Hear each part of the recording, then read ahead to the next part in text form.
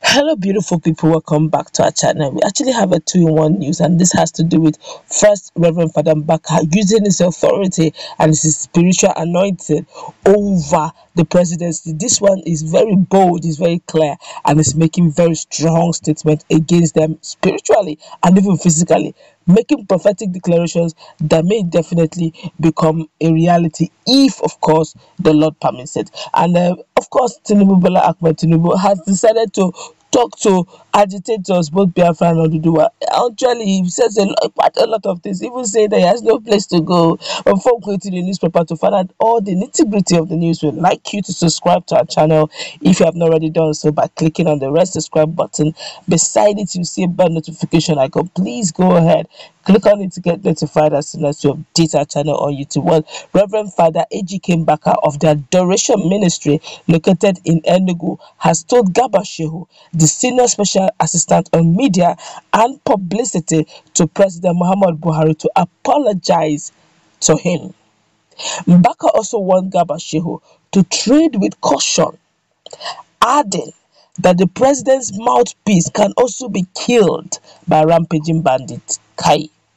Father Mbaka made the demand following Shehu's recent claim that the clergyman came to Buhari begging for contract and was disappointed. Recall that Mbaka had last week asked the President Muhammad Buhari to resign forthwith or be impeached by the House of Representatives. Angered by the cleric's outburst, the presidency, through Mr. Shehu, had accused the priest of making the call now because he was denied a contract by Buhari. Mbaka has now described Shehu's claim as laughable, saying Garba Shehu that is talking, the bandits can kill him too. No amount of security can save them if things get worse. They have shown they don't have reward mechanism.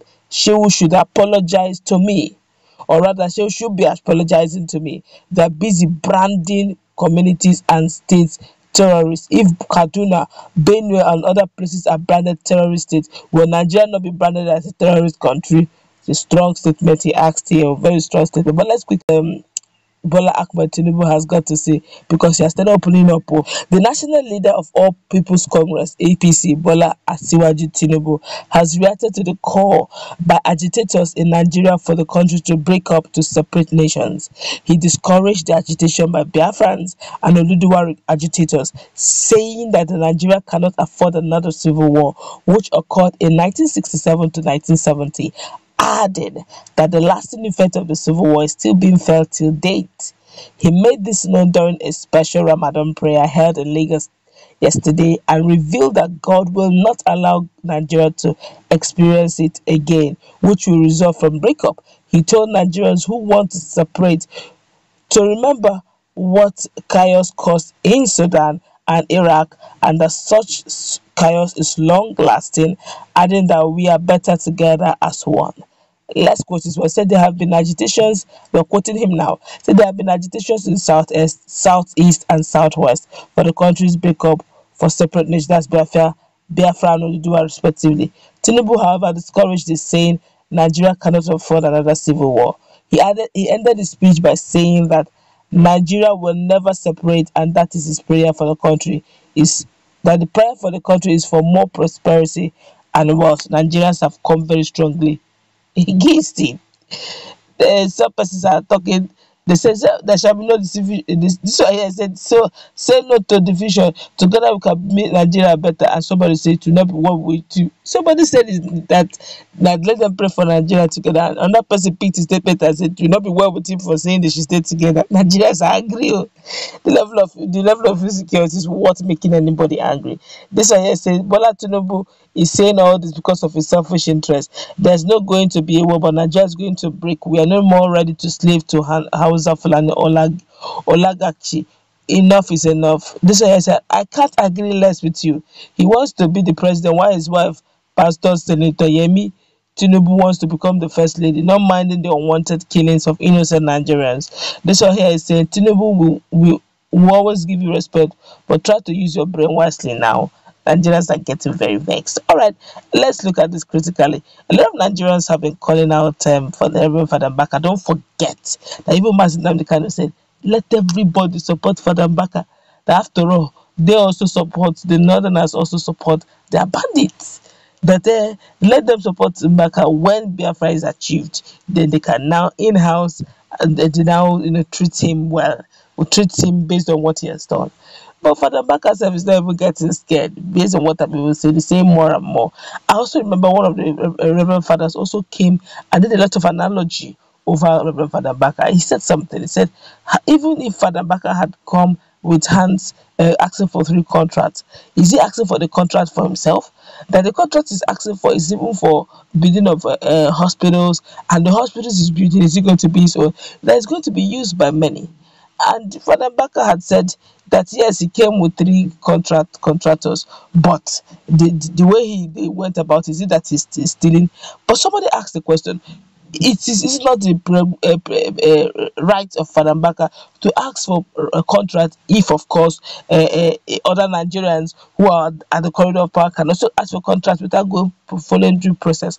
But Shehu Garba, the presidency, has said that what made them not to give him a contract is because he was asking directly, he didn't go through due process. I know what with all this back and forth, some group in Edo State had told the presidency to just give Mbaka his due. He has done his own by promoting them when they wanted his promotion. They should pay him his due. A lot of so much comical addition and subtraction here over this issue of Reverend Father Mbaka, but he made quite a strong statement. The truth of the matter is insecurity, and if you don't tackle it now, except of course if you're saying the insecurity, the persons in question are people, your allies. But the way it is going, everybody, every region is beginning to face one level of insecurity or the other. We don't, those who live in glass house, they say do not throw stones, because if you do, you create a storm that you cannot control. So the truth of the matter is, when it comes to the issue of insecurity, all hands needs to be on deck. But when the likes of Tinubu, Bola Tinubu, that then we shouldn't break up, we are better off together, Nigeria cannot afford another civil war or chaos. Okay, that is a nice point, keynote to take home. But the question is, why are the people agitating? Why are we still having issue of insecurity? Why are some persons more superior than the other? Why are some Nigerians more Nigerian than the other? Why are Nigerians slaves in their own country? Why is it that there seem to be quote unquote limited freedom of speech? If you want to say this, there's this general African saying that freedom of speech is allowed in Africa, but freedom after speech is what we do not know. And this bit by bit is playing out.